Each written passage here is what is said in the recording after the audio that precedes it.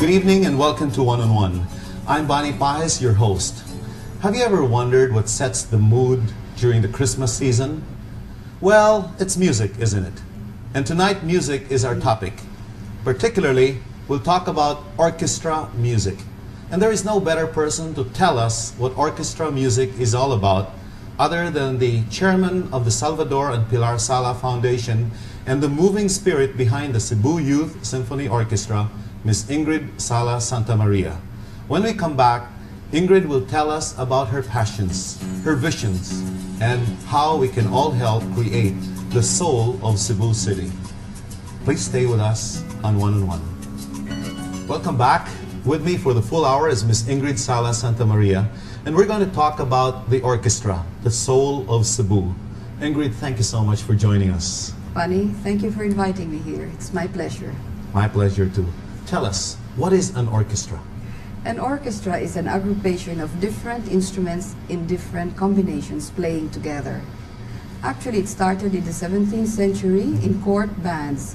Gradually, instruments were improved and more were added, and by about 1830, the orchestra was complete as we know it today. What is the purpose of an orchestra? Basically, it was for royal entertainment, but gradually it filtered down to a bigger audience, and today we are lucky that a lot of people can enjoy orchestral music.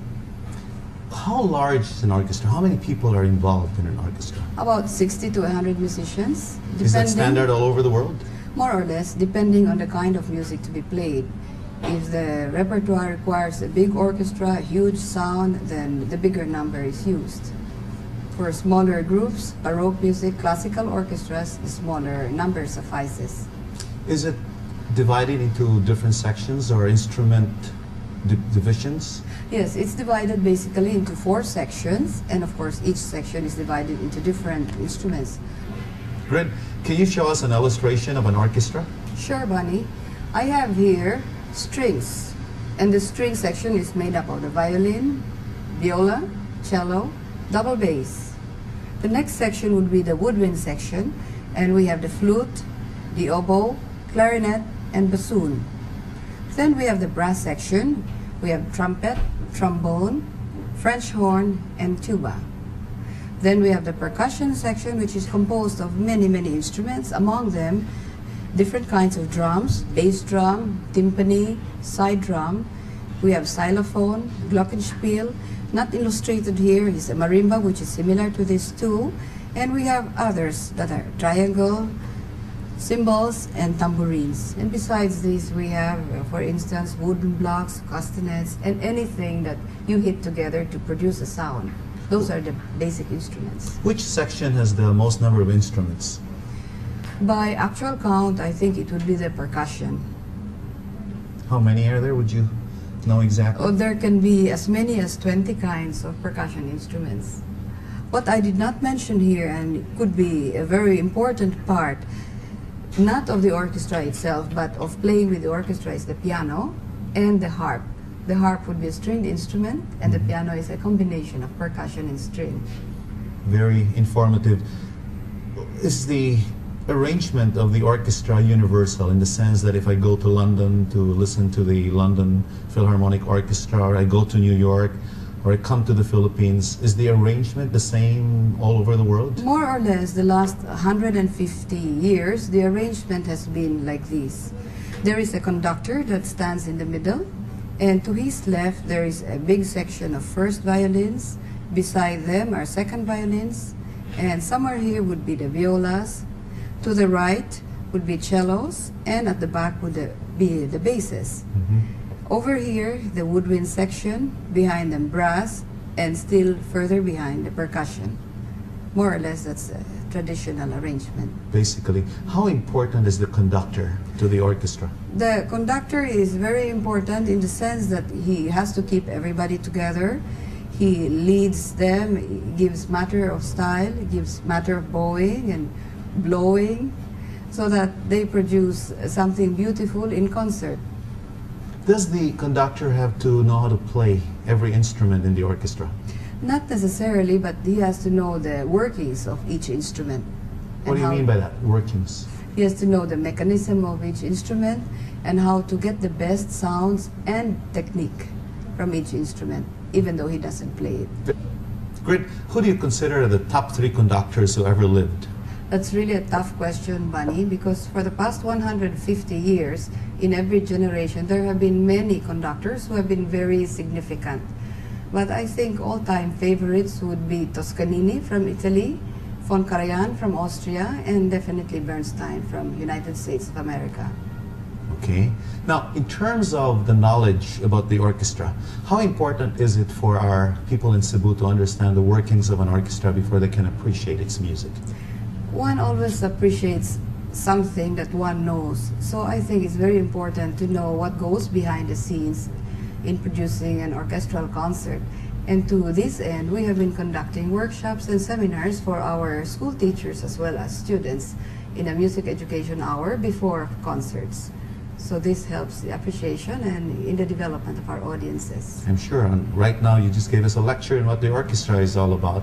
We'll end in this portion, and when we come back, we'll talk to Ingrid about the Salvador and Pilar Sala Foundation Incorporated. Stay with us on One and One. Welcome back. I'm with Miss Ingrid Sala-Santamaria, and the subject is the orchestra, the soul of Cebu. Ingrid, tell us about the Sala Foundation. The foundation was founded in 1989 to honor the memory of our parents, Salvador and Pilar, in the fields of education and culture. What is its mission? Its mission is to advocate music and the arts as a vehicle and a prime catalyst that will help to shape and give form to our country's greatness. Why music and why the arts, Ingrid? We feel that music and the arts are part and parcel of every fiber of every Filipino.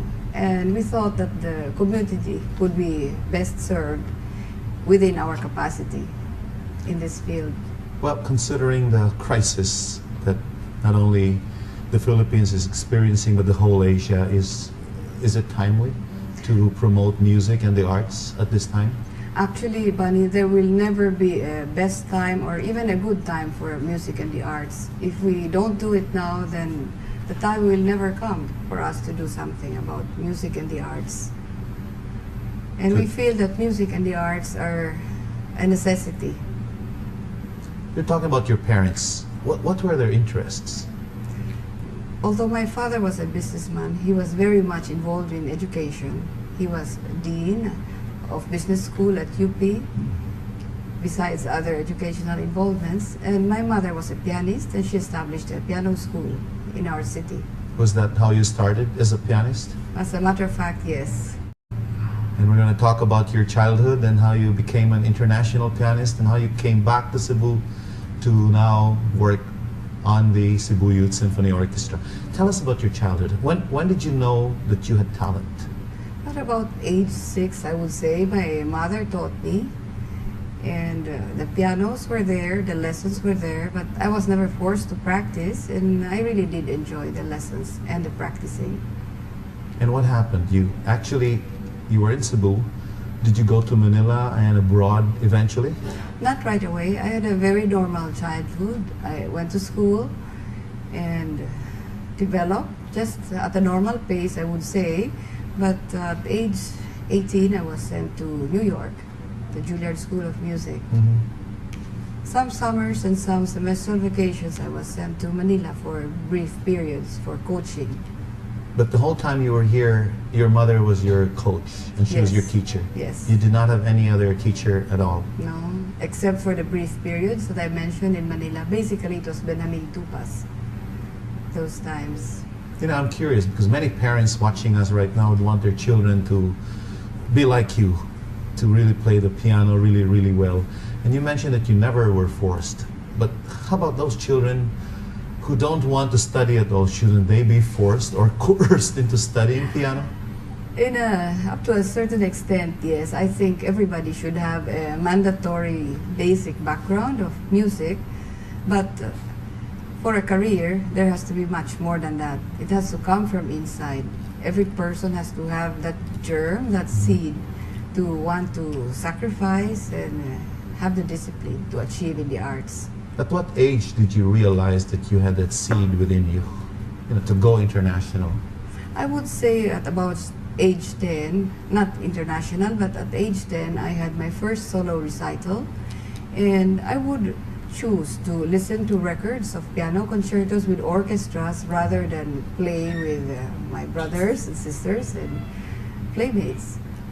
So I realized that I had a special love for music. And I'm at sure age your 10. parents were very supportive too. They were, they really were. Did just that come out in the blue? That you know, I have this in me. I need to pursue this some more. I want to make this a profession. By about age 14, 15, yes, I knew that I really wanted to be a pianist. How? And a good In one. what way? I was playing concertos then, sonatas, and difficult pieces. And I did not have stage fright. I felt very comfortable on the stage. And I think that's one of the signs. Definitely, if you want to be a performing artist. Mm-hmm. What are the other signs? Like a parent, how would a parent know that his or her child has talents and should be pursued on a deeper and on a bigger scale? Definitely, there has to be a basic talent, and then there has to be focus, and there has to be determination and sacrifice, because it requires long hours. I could imagine. You know, Ingrid, I'd like to ask you to bring us from your childhood up to the point when you have reached where you are today. Maybe you could show us some pictures about where you came from and the story of your life. That would be very interesting to Yes. a lot of people who are watching Sure, us right buddy. now. Yes. You know, a lot of people have seen you in the newspapers, but I don't think they really know how the hard work that you put in order to become where you are today. Can we do that? Sure. As a matter of fact, we do have some pictures and some videos. That would be nice. When we come back, we will be taking a closer look at some of the tidbits of Ingrid's life through pictures. Stay with us. Welcome back to One on One. With me is Miss Ingrid Sala-Santamaria, the moving force behind the Cebu Youth Symphony Orchestra. I'd like to ask Ingrid now to tell us her life story through pictures. Ingrid, tell us your story. Thank you, Bunny. As a matter of fact, just last month, I was invited by Nayong Filipino to join a photo exhibit, which is ongoing right now. And I submitted a collage of old pictures, but at the same time, I did a duplicate of it, which I have here. Which you have now. Yes. Show it to us, please. I'd like to show that to you. Thank you. Here we have a picture when I was 1 year old. This is when I was about 6, 8 years old. And these two pictures are when I was 10 years old from my first solo piano recital. The next two pictures show me when I was 17 and I gave my graduation recital for Bachelor of Music. This next picture was one of my first performances in Manila. I was the soloist for the orchestra that accompanied Dame Margot Fontaine in her first visit to Manila. This was very exciting. This was a performance at the National Arts Center in Mount Pakiling. This was at the Cultural Center. This was at the PICC, Philippine International Convention Center, with Li Xianyan, the Vice Premier of People's Republic of China. This was a performance in San Francisco. These two were in Japan at the Hiroshima International Music Festival. This one was in Beijing.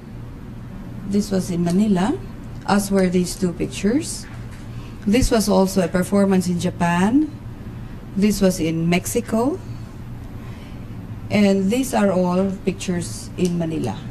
This last one here was taken in Finland. This was a most recent concert in August. This was last year at Malacañang Palace with Senate President Fernan and former First Lady Mrs. Ramos, when the orchestra CYSO performed last February. This one was last June this year at the Waterfront Cebu City Ballroom when the CYSO gave a series of centennial concerts. And this one is at home with my miniature piano collection. Ingrid, what an inspiring story. You know, from those pictures, you've been to so many places internationally as an artist, as a pianist. How did that make you feel? Made me feel very proud to be a Filipino, and that there was something that I could give and share that would be appreciated by others. Well, you have come back to Cebu to do something why did you come back to Cebu after all those years that you've been out of Cebu? I realized that after I had left Cebu, there seemed to be a gap of something like 35 years, and I wanted to do something about it. I wanted our young ones to have the opportunity to develop themselves, because in these 35 years after I had left, we really did not produce anyone of national importance. Wow, how tragic. Quite tragic, yes. And how soon can we develop one, the way you look at it? We conceptualized a 10-year music development plan and program, which we are implementing right now. And I think you have seen the results, the initial results of this.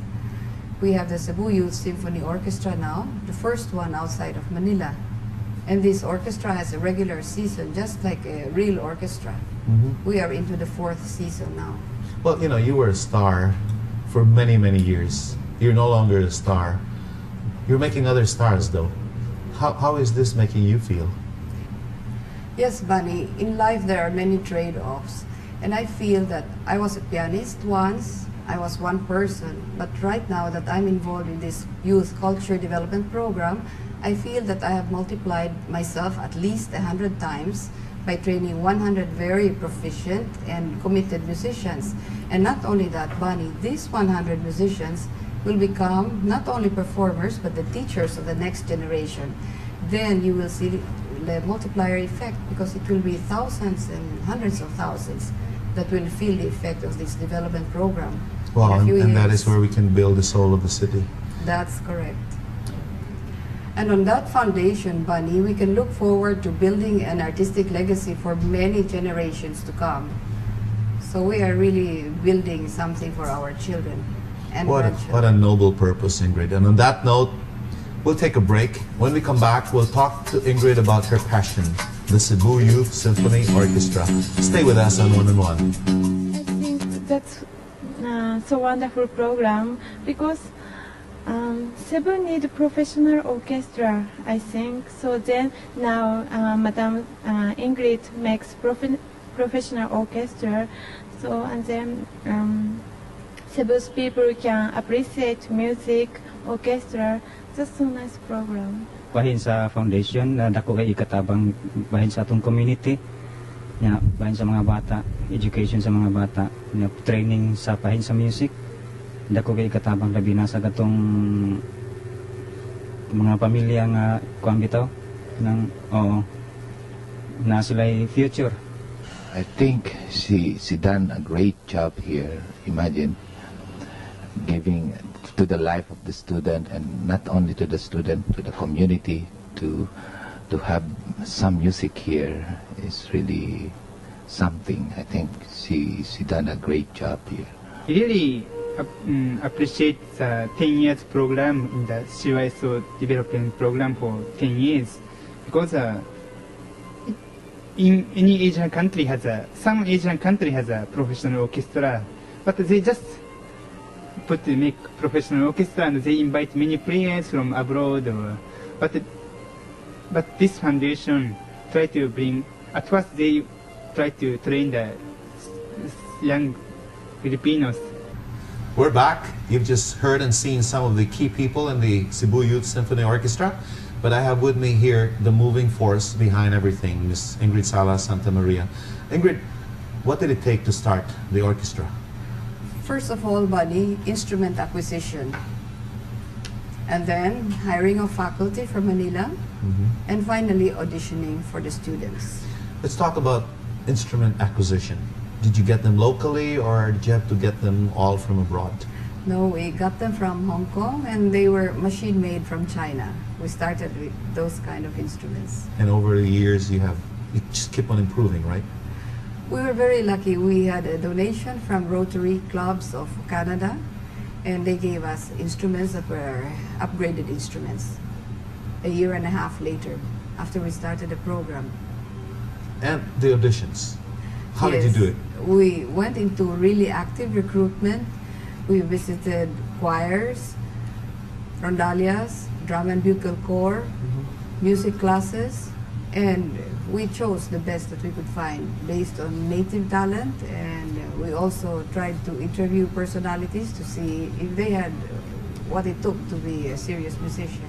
Did you have a personal hand in the selection of each Together member? with the faculty, yes. So you actually got the best in the whole of Cebu. I think so. What's next for the Cebu Youth Symphony Orchestra? I know you have a target of having a Cebu Philharmonic Orchestra by the year 2000. Are we going to make it? We started with a 10-year development plan, and we are proceeding according to that plan. We gave our first violin lessons in the year 92, our first wind lessons in 93, and by October 95, we launched the group as the Cebu Youth Symphony Orchestra. And with that, we launched the first season. And as I mentioned earlier, we are now into our fourth concert season and well into the getting ready for the year 2000. It's been a tough and long journey, I'm sure.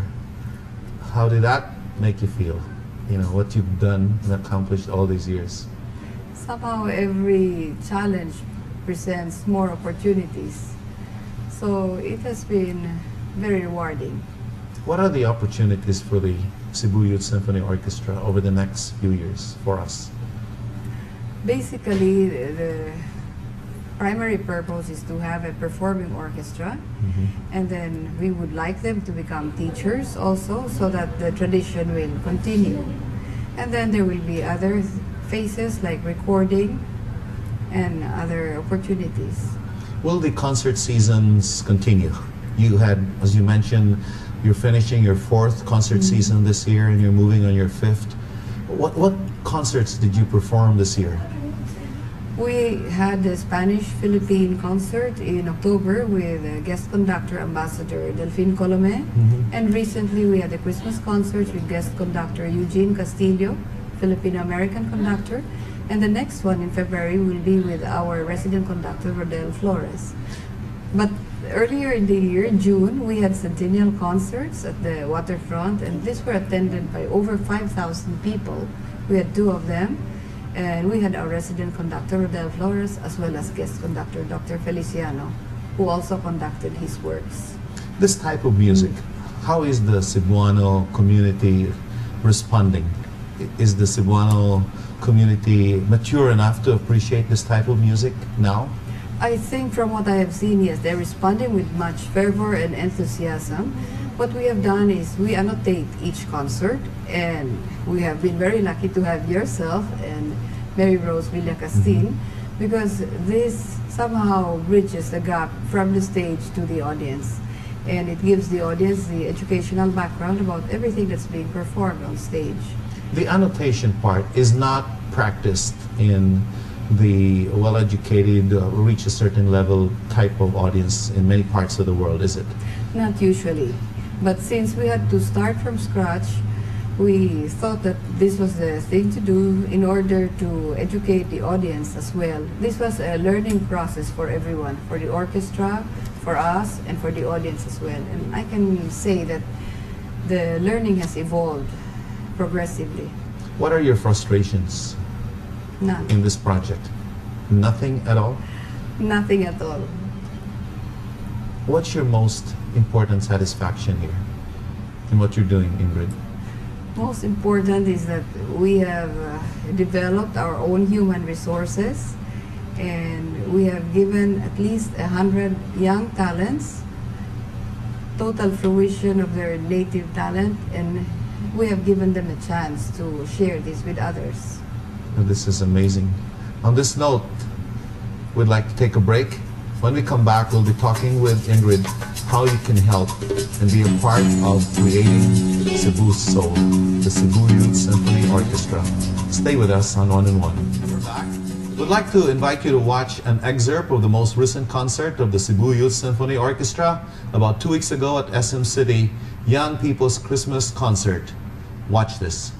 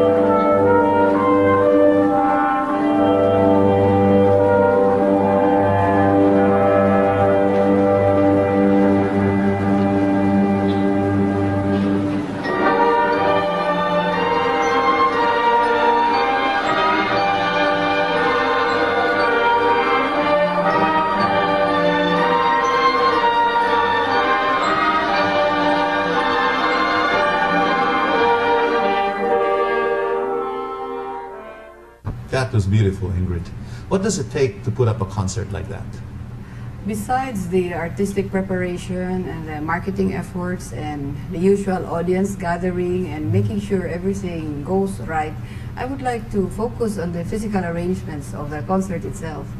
As you know, we don't have a proper performing arts venue in Cebu, unfortunately, and our two venues that we use most often are the Provincial Capital Social Hall and the SM City Cebu Cinema Theater 1. Over at the Social Hall, we have to bring our own chairs, bring our own platforms for the stage, set up the sound system and the lights and everything else that goes with that. And over at SM Cinema, we have to build an extension stage because, of course, the stage is not built for performances. We have to set up scaffolding for lights and the sound system and all that. But I am not complaining. In fact, I am very, very grateful to these two entities, SM City and Social Hall, Provincial Capital, for making their two venues available to us so that we can produce these concerts.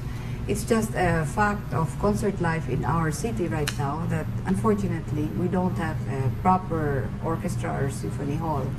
Well, what would it have done for the orchestra if we had a cultural center for performing arts? In the first place, we would be able to reproduce and hear the sounds perfectly as they are performed.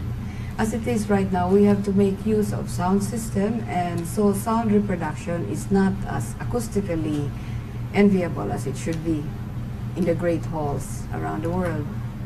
Is there something planned in the future towards having a venue for our orchestra? I really am not involved in any such plan. A few years ago, there was a performing arts center that was started, but it's not accomplished right now. I don't know what other further plans there are. But still amazing. You know, you probably had over 100 concerts already by the Cebu Youth Symphony Orchestra. Tell us about your 5th concert season next year. Yes, Bunny, as usual, we plan to invite 2 guest conductors, and the 3rd concert is always conducted by our resident conductor.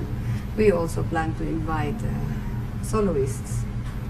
And your first concert, I understand, is going to be sometime in February?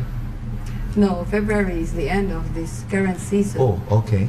So the 5th season starts next year, October. And what's going to happen in February, the end of the 4th concert season? We have our resident conductor, Rodel Flores, conducting, and we have one of our country's best cellists, Wilfredo Pasamba, as a cello soloist. So we have a wonderful concert of world classics planned. See, you know, the concerts are free to the public. How do you manage this? We try to sell subscription tickets, and these subsidize the rest of the public. What we do is we invite teachers and school children and families of the orchestra members and barangays, and they are there to enjoy the concert. That's fantastic. Do you eventually foresee for the Cebuanos to be in a position to pay for these concerts? I think so. Yes, I'm very hopeful. Do you have a projection or a forecast when, considering what you've been doing for the last 5 years? I think soon. From what I have seen, the desire is there for the people, and I think they will be ready to pay a small price. Well, I've been For to the those privilege. concerts. Yeah, I've been to those concerts, Ingrid, and they're full packed every time. That's right, yes. And every time you get a standing ovation from the audience, especially that SM crowd. And that's amazing. Well, on that note, let's end this portion, and when we come back, we'll talk to Ingrid how you can help promote and create the soul of Cebu that we are talking about. Please stay with us on One on One.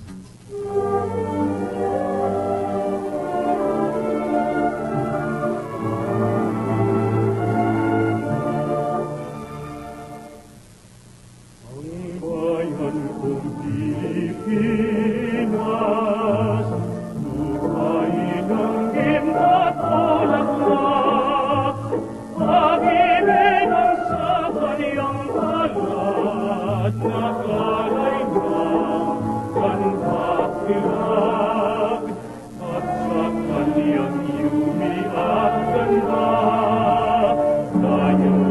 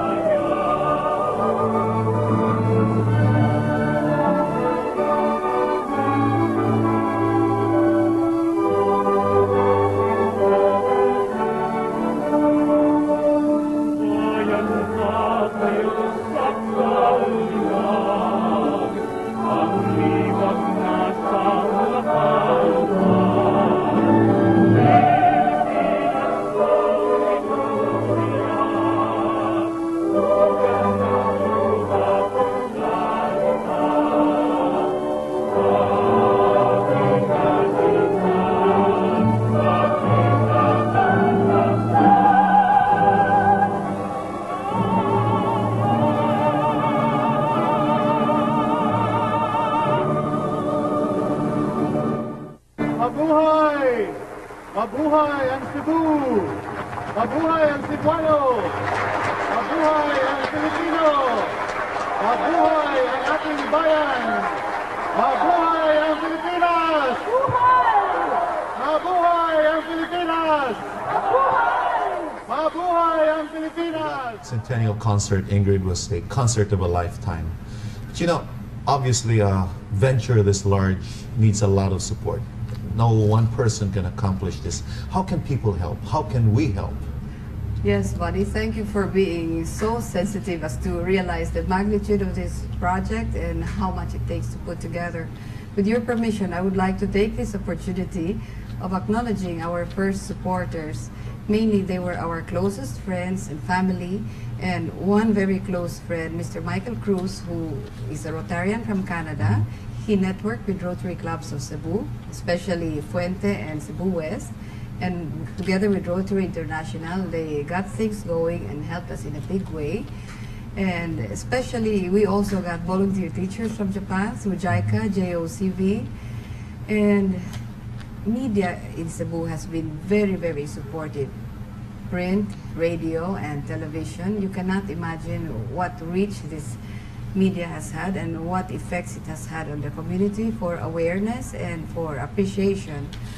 Government has also been sensitive to our needs, both city and provincial. Businesses have supported us. Venue grants have been very important, especially SM City Cebu and the provincial government, and waterfront hotel, both Cebu and Mactan, and Cebu Coliseum. We've had two very big concerts there. And we have food donors. Food is a very important component of our program. And our academic partners. We have academic scholarships for our music scholars. So from this, you can glean that it's a huge project. Much has been done, much has been given, and we do need a lot more. Specifically, it would be nice if each scholar had a godfather or a ninong, so that his studies would be assured.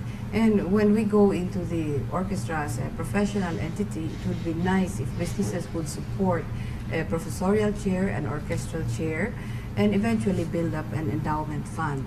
Those are the biggest needs. Now, from biggest to smallest would be going just presence at the orchestra, and actually any kind of donation and any kind of volunteer work would be most welcome. Let's talk about the Godfather program that you mentioned. Is this ongoing right now, or do you have already Godfathers, or you're still searching for some? We have a few, and we are certainly searching for godfathers, padrinos, ninongs. What would it take to be one? Are you at liberty to give out a figure right now, or it depends on the person giving? It depends on the person giving, and we would be very happy to see anyone who wants to come and find out about it. Okay, and where would they get in touch with you? At our foundation headquarters, 415 Gorordo Avenue. That's great, and I'm sure you're always available to talk to people who are interested to support the orchestra. Certainly, our doors are always open, and in fact, all our lessons and rehearsals are really open because we want to share as much of it as possible to everyone in our community. Good. It's Christmas time.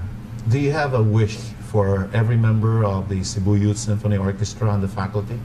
Yes, certainly.